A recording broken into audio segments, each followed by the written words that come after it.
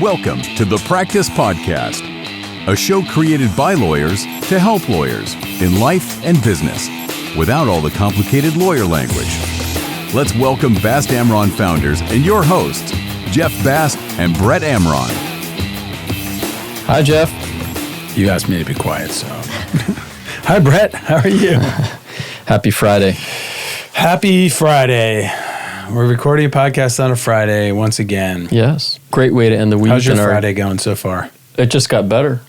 Because I'm in a room with you and our guest and Nelson. All right. I'll accept that. Brett, what advice were you smart to not follow? I got you there, huh? Well, don't eat yellow snow. No. So you're saying you ate the yellow snow? It was lemon. It was lemon flavored. I gotcha. Right.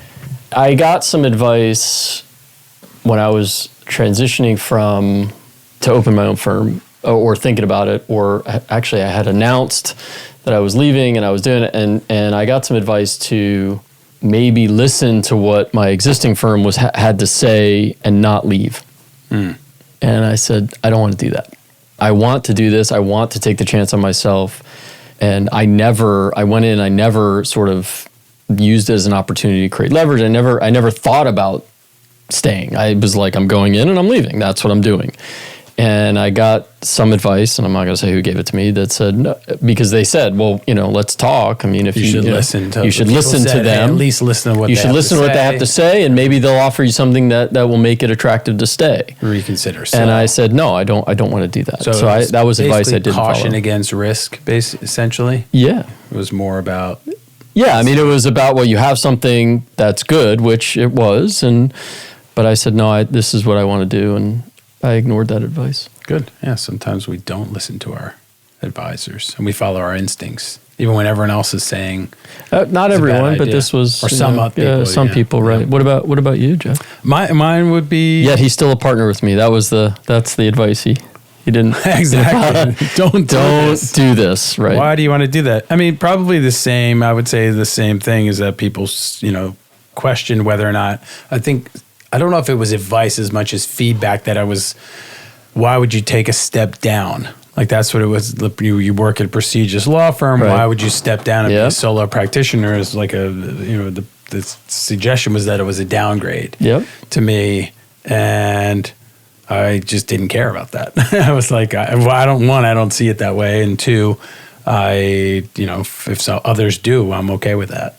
And I'm going to go live my own life and do my own thing. So, yeah, I mean, it was definitely a risk that each of us took, but it was calculated, educated, and taking a risk on yourself or myself. And I didn't view that as necessarily a massive risk. Certainly there's risk associated with it, right? But I didn't view it as massive because I was taking a risk on myself, just like you did. In fact, I had so many people say to me, God, that takes guts. Like, I wish I could do that. I wish I could do that. I heard those words so many times. And I thought, I never said to these people, but I was like, what, why do you think you can't do that? What's holding you back from doing that? And it didn't occur to me that it took guts. I didn't think I was some courageous person. Like to me, somebody who goes into a fire and rescues a baby, that's courage, Right. This is, starting my own practice. And I always felt like if I fail, I'll find another job. I'll find another job somewhere. Right. But to me, it just didn't feel risky at all. Right. It did not feel risky. And maybe that's, confidence, ignorance, some combination of the two. But again, there is some level of risk, but it is educated, calculated, and it was measured. Yeah. It was not like, I'm going to go off and I'm going to, open a restaurant that I don't know anything about it, right? I'm just going to go open a restaurant and I'm going to quit the practice law and open a restaurant. That's risky. I have a chef for you. You have a what? A chef. You should open a restaurant. A chef. Dylan Amron. Oh, Dylan Amron, right. I think our guest I will be his first investor. Thoughts on this topic. What was that? Sorry, I missed it. I said I will be his first investor. Let's go. Sure. Yes. Our guest, two-time... Well, second time. This is her second. Two-time practice guest. Well, we have to get through it. Second-time practice guest. She doesn't leave. I need to work. She doesn't leave first. Our guest today is Danielle Garno. Danielle has been here before on episode 157. Yes. Called Fashion, Beauty, and Luxury Law. But she's now a partner at a new law firm. I'm excited about that. I am too. She's a partner at Daniel Ebeling Maccia Cohen, where she continues her practice in the fashion, beauty, and luxury goods industry.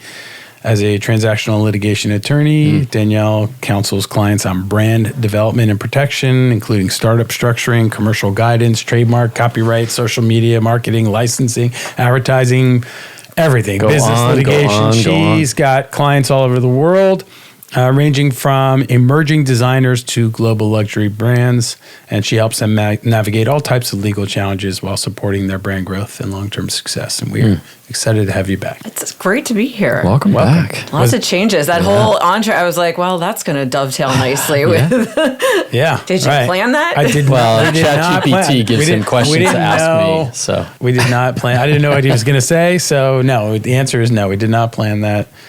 But was there advice that do you have an answer to that question? Is there advice that you did not follow that you were smart to not follow? No, but I will say that to your point, the advice that I give people that are going to when they say that they're going to leave a firm or transfer or go somewhere else. Yeah. And my advice is always don't use it as leverage. Once you make up your mind to go, you have to go. Yeah. Because what I've seen in my experience is that, you use it as leverage to stay. Might be great for whatever deal you cut for the first maybe 2 years, first year generally. And then they may just punish you after that. So my advice is you make up your mind to go, you made up your mind for a reason, you got to go. Right. And that's when that's where I always end up. I guess it's like the courage to follow your convictions. Like if you've made this decision, don't just be bought back. Unless there was unless you're leaving for a specific reason and it's a reason that can be cured, in which case you should have talked to them in the first place and said, hey, we need to cure this problem, So I'm with you. Yeah. You have to make up your mind. And that's how I was. I made up my mind. I'm like, I'm not going to be talked out of it. Yeah. And I remember them saying, can we talk you out of it? And I was like, no, I remember crying in the office just because it was such a hard decision. And I had made up my mind that I was leaving a place where I was there 15 years. I grew up. I loved the people. It wasn't because, of it was, I felt like I had I had sort of outgrown it being a baby lawyer and you hit a ceiling and you're like, they kind of still look at you the same way. And I just wanted to go do something else. And that was hard. Finally, they were like, "You're going to have to leave now." Especially leaving a place you like, where you're not leaving because that's how I didn't leave because I was unhappy or I needed to get out of this place. I just wanted to try something new. Yep. And I think most people respect that when you say, I'm not leaving because you did X, Y, or Z wrong. If you're sincere about it. Yep. So, and we both. Most people. What's that? Not all. Most people, not all. Not all. Yeah. Okay, so you did do that recently, I did. Danielle. I'm a few years behind you. Holland & Knight, right. We're both Holland & Knight alumni. Yep. There's a lot of great people who have grown up there. So, in fact, we had a former Holland & Knight colleague here just a few days ago. So that'd probably be the episode right before yours that were released. So tell us, how'd you make this decision to leave a great firm where you were happy? So it was, I think I just turned 50. And it was like, that was the one thing where, my daughters got 2 years left of high school. Mm-hmm. I turned 50. Maybe this is like my midlife crisis, for lack of a better, term, but it was just, I didn't want to do it anymore. I didn't want to do it like that anymore. I didn't want to practice with, the return to office, just all of the, the stuff that went along that I'd been doing, which was fine. I think I just changed. I wanted to do it differently for me. I wanted to have more agency over my career. I wanted to have more flexibility. I want to spend more time with my kids. Like, I built a career on the road, traveling, and I wouldn't trade it for anything. I want these next few years to look very, very different. And that was when I made up my mind to do that. it was almost like just this whole weight was lifted off of me. And it was like, okay, it was very scary, right? Because it was like, I'm like, I don't know what I'm doing. I think for you, Jeff, the advice that you were getting, which was like, oh, it's going to be a step down. Like that was definitely my ego in my own head saying like, well, what are other people going to think? And then once I shed that, where I was like, I don't care what other people think. Like, I don't owe anybody anything. I've had a great career. I've had a great practice. I practice with the best of the best. And I was like, okay, I'm going to do this. And it's crazy once I made that decision, because it wasn't like I'm going to go somewhere else. I didn't have any place else that I was going to land. Another big I just firm. knew I was going to leave. Right. Oh, yeah. And where I landed, I didn't know. And so once I made that decision, almost like energetically, and I believe in the universe and everything, it was like all of these opportunities came at me. Yeah. So you decided you're going to leave. And then did you announce it before you had a new play? Okay, so but you decided mentally. You decided internally made that decision. Okay, I'm very curious about that because by the way, it's amazing how the big birthdays can have that effect where you're very introspective. I was getting ready to turn 40, and it was the same, like almost the same thing. Like, okay, this is like serious. What do I want to do with my life? You know, and I'm a partner at a law firm, but what do I want to do with my life? I want to create something. And so you made this decision. Was there a moment where like a light bulb went off, or was this something you've been thinking about and noodling? And you said to your husband, I think I'm going to leave my firm, or how'd you? Yeah, I think I just wasn't happy, and it wasn't the firm. Like, and that's I want to make that clear. It's not.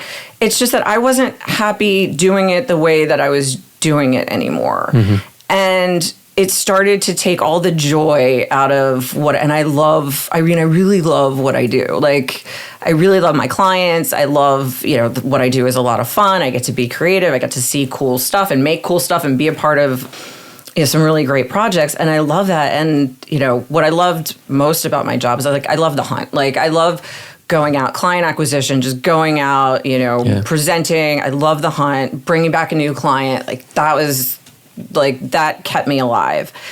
And I started to lose that, where I was like, I just don't enjoy doing it this way anymore. And I don't enjoy getting on the plane anymore and the excitement of it. And I was like, in that moment, I'm like, what am I doing? I need a change.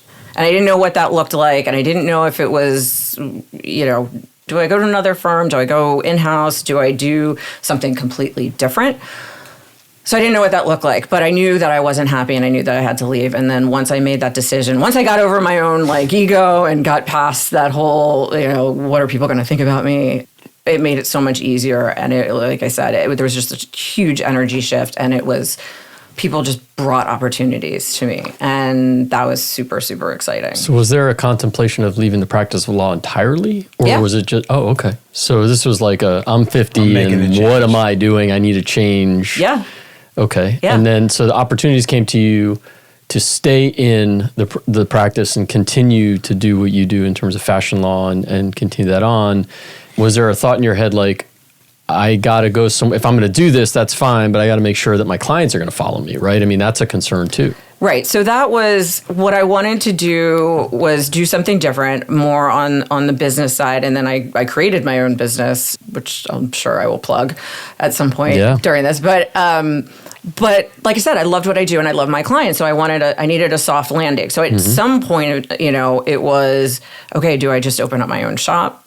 Can I do that? Do I want to do that at 50? And all of the admin that goes along with that. And I was introduced to the firm through a really good friend of mine. He was also a lawyer, but he's now on the business side in sports. And he had hired these guys to do a deal. I think it was an acquisition of a sports team, soccer team. And he said, I know these guys, they practice at the highest echelon they're just really great guys. They've got a boutique. It sounds like you would be a great fit. And, they sort of seem to have the practice, that you want. I mean, you should go talk to them. And nice. I did that. And I was like, this is amazing. This is a great place to not only land my clients, but also expand, because they've got such deep expertise in sports and entertainment Mm-hmm. that was really, really exciting for me. So, do they have an office down here, or you're it? Yeah, so I'm the Florida. So we've got people we've got New York, Philadelphia, California, Maryland, and I'm the Florida person. Nice. Is there physical space? Are there actual offices? Because I know a lot of firms are virtual. Fully virtual. Yeah. Was it always that way, or this firm, or was it formed? Do you know? I believe so. I don't. Curious. Yeah, I don't know. Okay.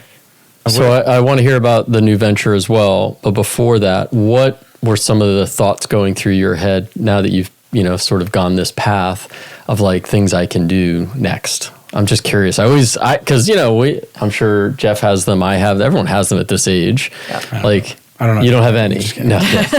Right, sorry. I'll speak for myself. No, I mean, there's always this wild, like, oh, I'm going to go do this, like anything that you're willing to share? Sure. I considered whether to go be an agent because of my background, because of my relationship with an agency. I considered it. I don't know that I seriously considered it, but I was like, that's something I could do, but that doesn't really solve for the issue of, that would put me on the road 24/7, right? All the time, yeah. 24/7. But it's right in my wheelhouse. I do those deals. I could absolutely, that's something. I mean, it's funny because I'm like, I used to joke around. I'm like, I don't know what I'm qualified to do if I'm even barely qualified to do what I'm doing. Like, what else could I possibly do? But I think that as we, seasoned lawyers, the natural progression is somewhere on the business side because we deal with those business issues, and if you're specific to an industry, that just makes sense. So decided business side, what does that look like? Do I start my own firm? Do I start my own business? I considered, I think, everything. But the agency thing, I was like, oh, maybe if it was 20 years ago, that would have been really cool. Yeah. So, by the way, you said which kids are turning 16? The twins? No. Okay. The twins are 11. So Willow, my oldest, is 17. 17, yeah, so she's going into her junior and senior year. Actually, she's going to SAS next year. So she'll be downtown getting her joint high school AA degree. So really proud of her. Winter, my middle, is 13. And then the twins are 11. Wow. All right. So you still got a lot of years ahead because, we touched on this a little bit, but I'm curious about, how you manage your answer. We asked you this, how do you manage these, dual roles of raising 4 girls and building a practice? And you said you have a lot of help. But now the kids are older. As you know, Brett and I have been through this. Issues become a little more complicated. Needs are different. But you're also the demands of starting a new practice at the same time. How are you managing it? Well, my nanny, I don't know if it was if she left the last, but when we talked. Yeah. Actually, the last time you told us that she was just leaving. Yeah. And you were, you were a little panicked. Not panicked. With good cause. You're very clear. I'm going to put it on the record. You said you still love her. So there was no hostility. Right? No, love her. I mean, she's family. Love her. She was just here in town a couple days ago, and it was great to see her.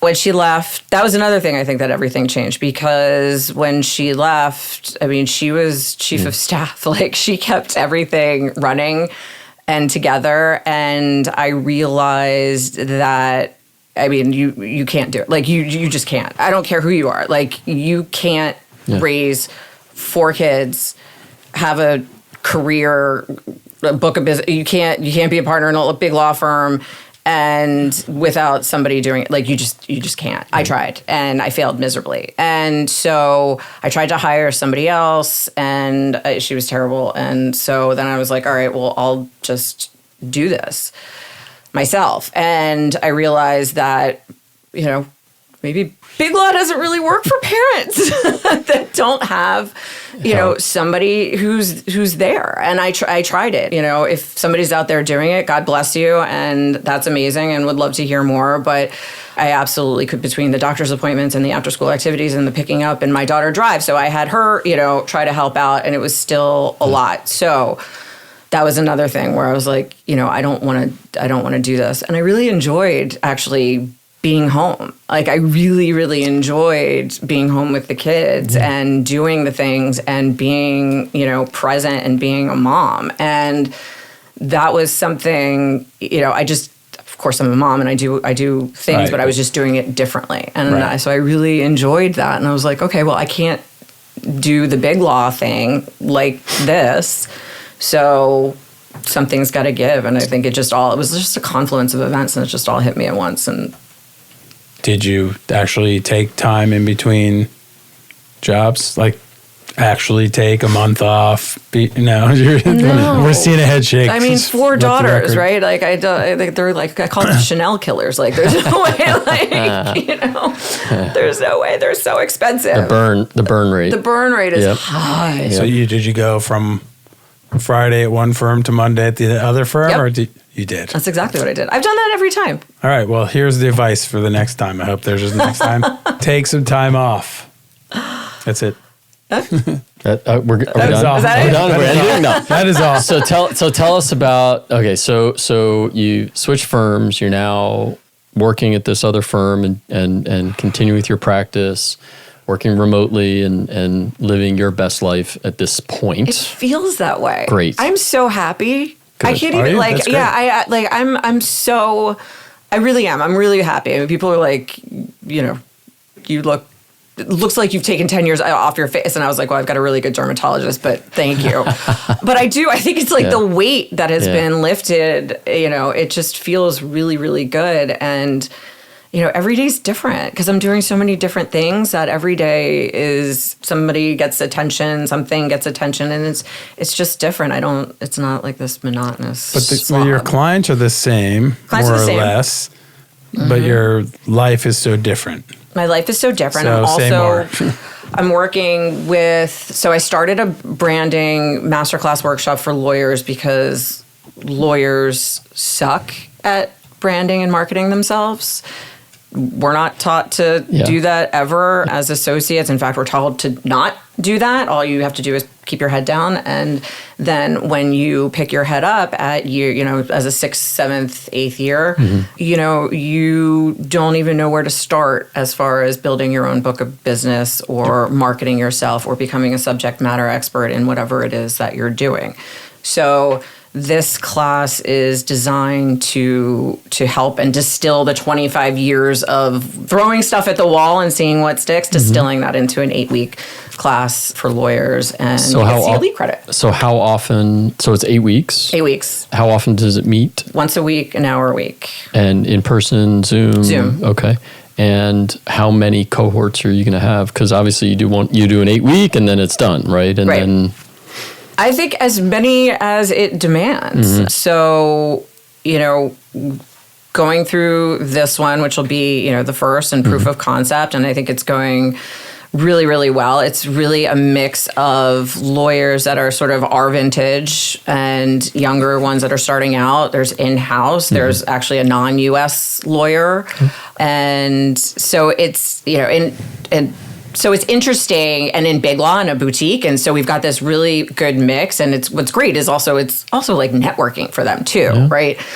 But it's interesting, and where I'm finding is trying to find the thread that connects everybody, because how you market in big law is different than you market in a boutique, and then how you want to market yourself in-house. So trying to find the common thread and working through that. We've got like a whole workbook, and there's homework, and I don't know. I'm super excited about it, and everybody seems really engaged. And so anyway. So if someone's out there thinking about this, who needs this class? So is this just any lawyer that's trying to, what does it mean to build a brand, I guess, for a lawyer? Here's where my mindset is. And I think it's also changing with AI. And I don't even want to say the future of AI because it's all here. Yeah.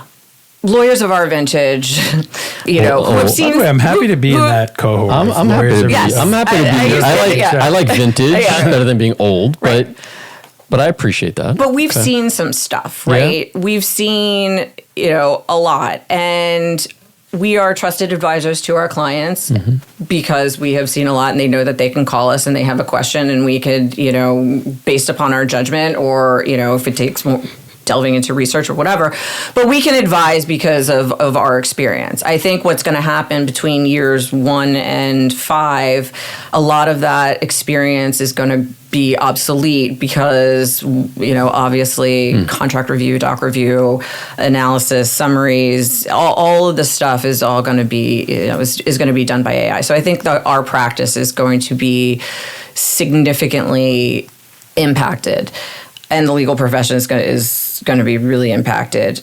What we're seeing, because the economy is what it is right now, is a 20% increase in law school applications across the board. So now you're going to have 20% increase? 20% increase. Really? Of This year? kids going to law school. Wow. This year. This past year? Yeah. Wow. So what you're going to see is Because there's nothing else to do, or what? No. I don't know. I think for whatever it is, the economy curious. tanks and everybody decides law school is a great idea. Well, Because they don't know what else to do. Well, I took issue. Jeff and I did a 3-year can kicking. Jeff and I recorded a podcast recently, just two of us talking, and I took issue when he said it, and I'll just throw it out there. But I don't know that the economy is tanking. Oh. But In flux. there's uncertainty for sure. It's a little chaotic. Uncertain, and yes. Agreed. And as a result, But stagnant. and the one thing I would say is that I know, like, having and Jeff has a recent graduate from college.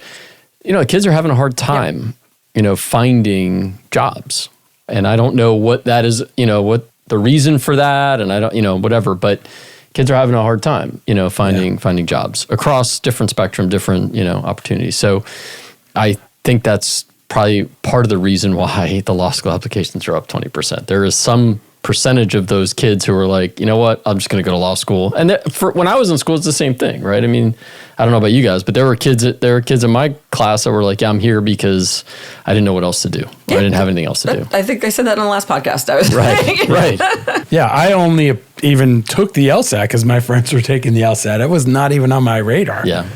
So. Yeah.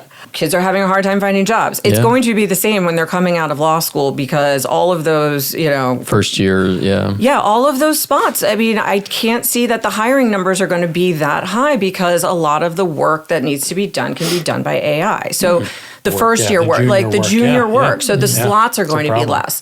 So what do you do as somebody who's a junior lawyer or coming out of law school is that you at a very young age need to know what you bring to the table. What's your unique value proposition that you are going to sell yourself that's going to make you stand out from the other however many candidates are coming out. And really, so that's what, so it's the class is needed for juniors, and that's not where I initially thought where I was going. But as I've worked on it, I think that it's a huge value add for those junior lawyers and coming out. That being said, again, it's really, and why I decided to take the path of going down, becoming, fashion, beauty, luxury goods lawyer, was the same reason. What is going to make me stand out from when I was at Greenberg, the 40 other general commercial litigators who are all amazing,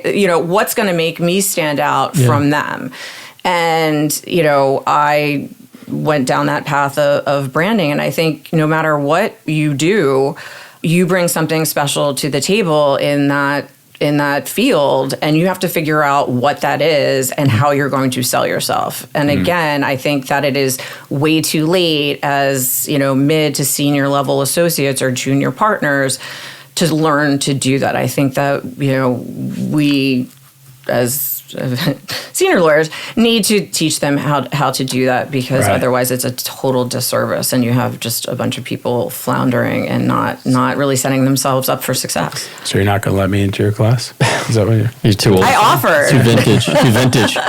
Yeah, and in part, I think for the young lawyers too, it's like, what skills do you need to acquire that are going to differentiate you, right? It's not just saying it, it's actually, so for these kids coming out of law school either now or 3 years from now that are starting, given AI, given the change and the shift in the practice, like, is that part, I'm sure that's part of what you're talking to them about. It's not just it's branding. So, okay, now you got to go out and figure out what you want to do, where you want to be, and how do you get that? Right.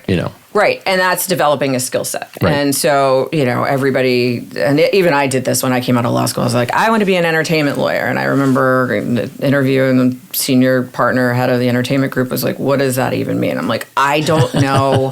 I just want to be in the entertainment industry. And I get that so much. Like, I want to be a fashion law. I'm like, well, what does that, what does that mean to you? Because it's an industry practice, right? Like, let's start with, what do you like? I like AI and tech.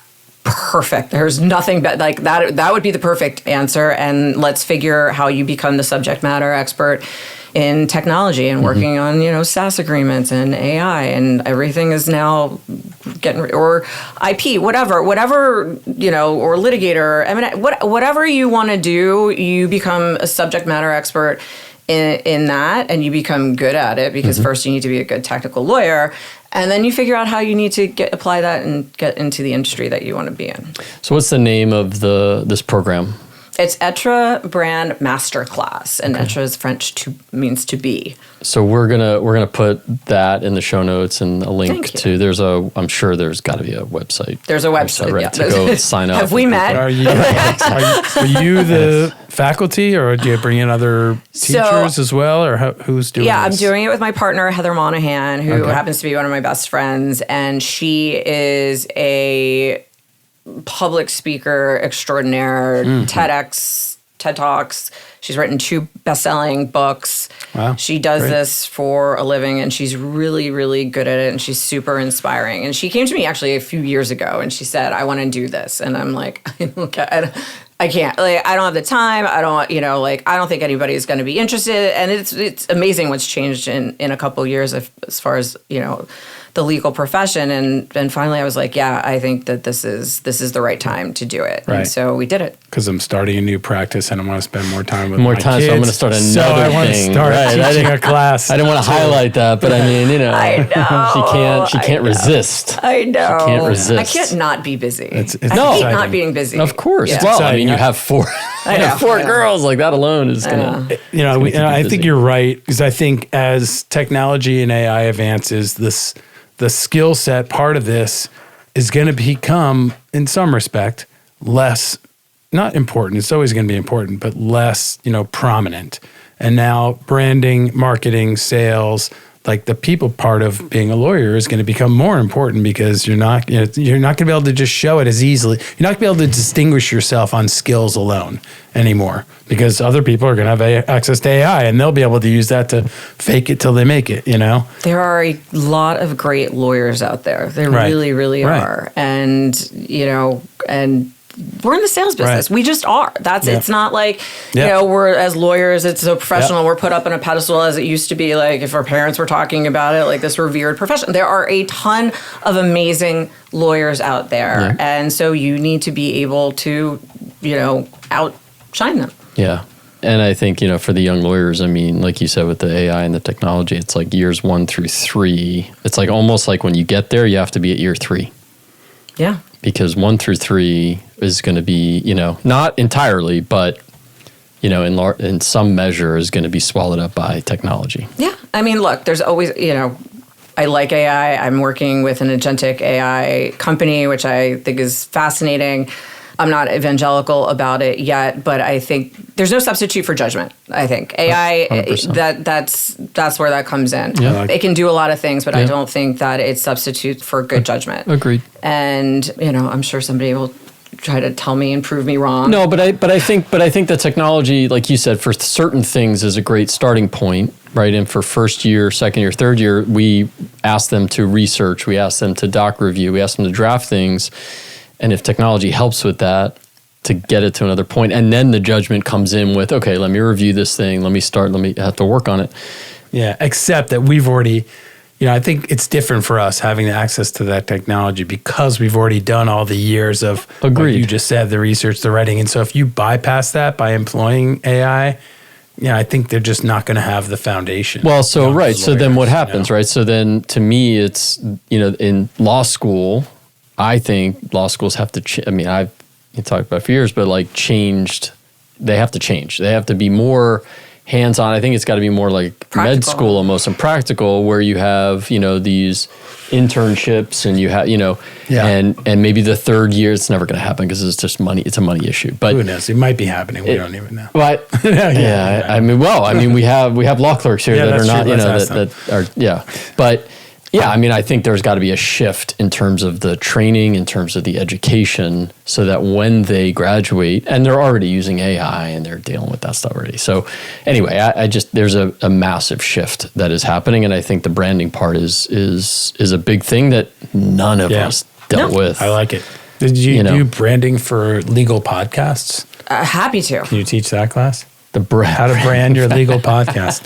Don't Bring start the cameras. First thing we should do is we have face for podcasting. we have speak for we're yourself. not gonna, Just kidding. No, we I'll speak for we myself. have, because it's funny because we did in the beginning we were doing them by Zoom, Right. So we had them all video recorded but we never used it. No, we never did that. But I also think it's I a like bad the time idea. Let's do to cameras. 180 episodes Bring in one is not camera. a good time to start thinking about branding.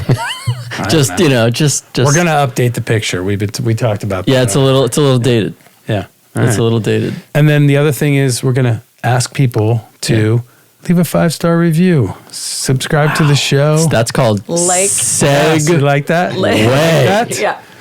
And That's we called will segue. That's see impressive, you Mr. Bass. Next time. Thank you, Daniel, for coming. Danielle. Oh, thank guys, you, Brett. thank you. This was so Thank much you, fun. Nelson. Thanks, Nelson. Thanks, Now. Nelson. Thanks, 2 Jeff. times.